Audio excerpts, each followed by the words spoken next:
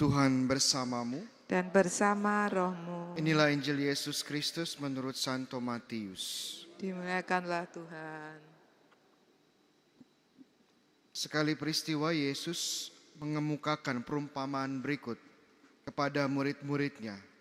Hal kerajaan surga itu seperti seorang tuan rumah yang pagi-pagi benar keluar mencari pekerja untuk kebun anggurnya.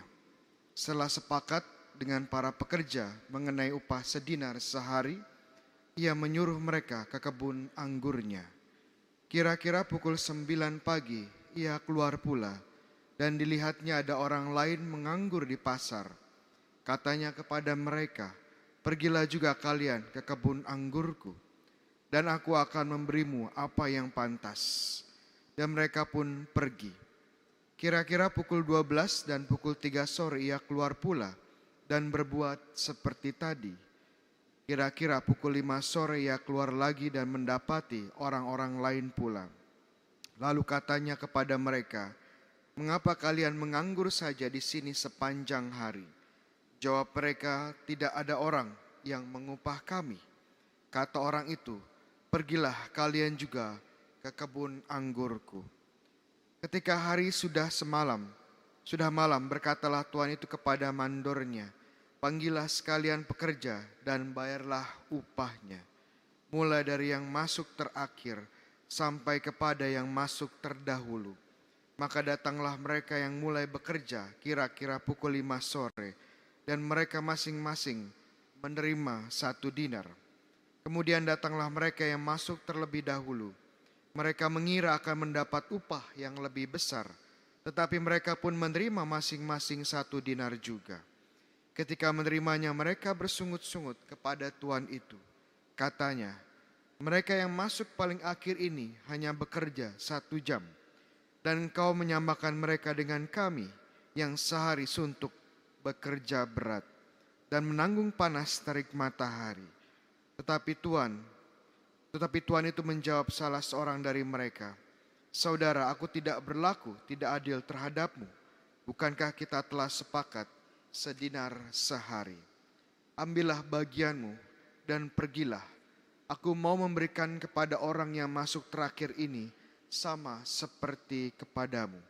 Tidakkah aku bebas mempergunakan milikku menurut kehendak hatiku? Atau iri hatikah engkau karena aku murah hati?" Demikianlah yang terakhir menjadi yang terdahulu, dan yang terdahulu menjadi yang terakhir. Demikianlah Injil Tuhan. Terpujilah Kristus. Saudara yang terkasih, membaca perumpamaan hari ini selalu ada yang mengganjal di dalam hati. Kenapa sih yang datang terakhir mendapatkan upah yang sama seperti yang sudah datang di awal dan lebih banyak bekerja keras? Dan ini juga merupakan pengalaman kita. Pengalaman kita yang kadang-kadang kita alami. Waktu saya masih frater, ya saya ada ujian, lagi kuliah ada ujian sebuah mata pelajaran.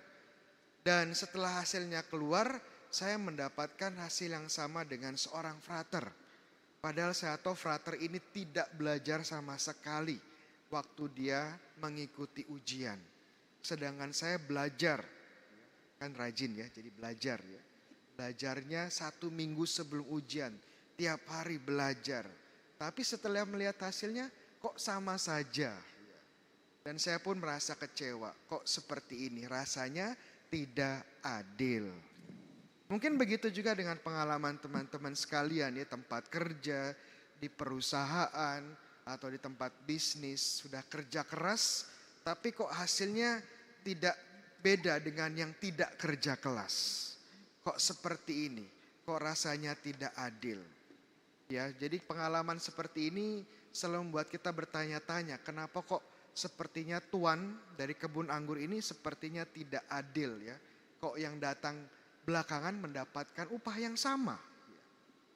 Sebenarnya waktu saya merenungkan ini, kenapa Tuhan seperti itu ya? Dan saya mulai menyadari bahwa mungkin kenapa kita selalu merasa ada yang mengganjal, itu karena kita selalu memposisikan diri kita di awal. Kita selalu memposisikan diri sebagai orang-orang yang bekerja lebih keras, orang-orang yang datang lebih dahulu.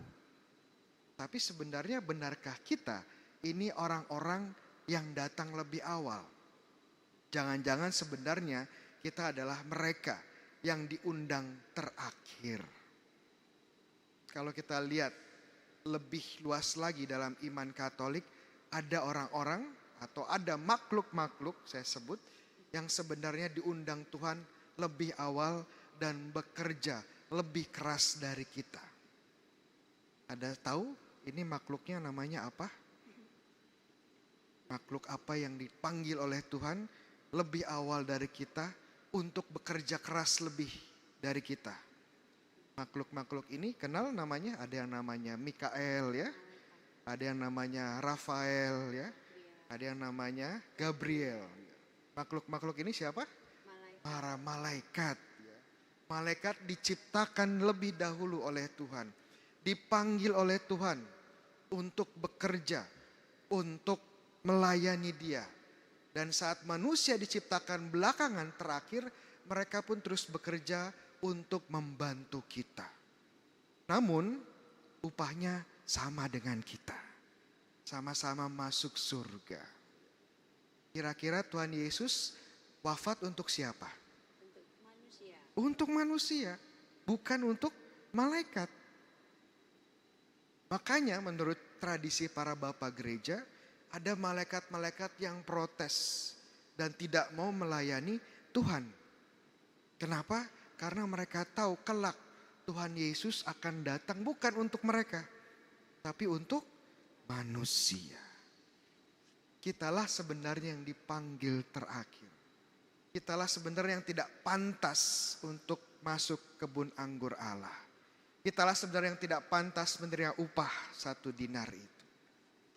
Dan kalau kita melihat dari skema yang lebih besar ini, kita menyadari bahwa kita sebenarnya tidak pantas, namun dipanggil. Dan karena itu kita bersyukur. Kita bersyukur Yesus wafat untuk kita.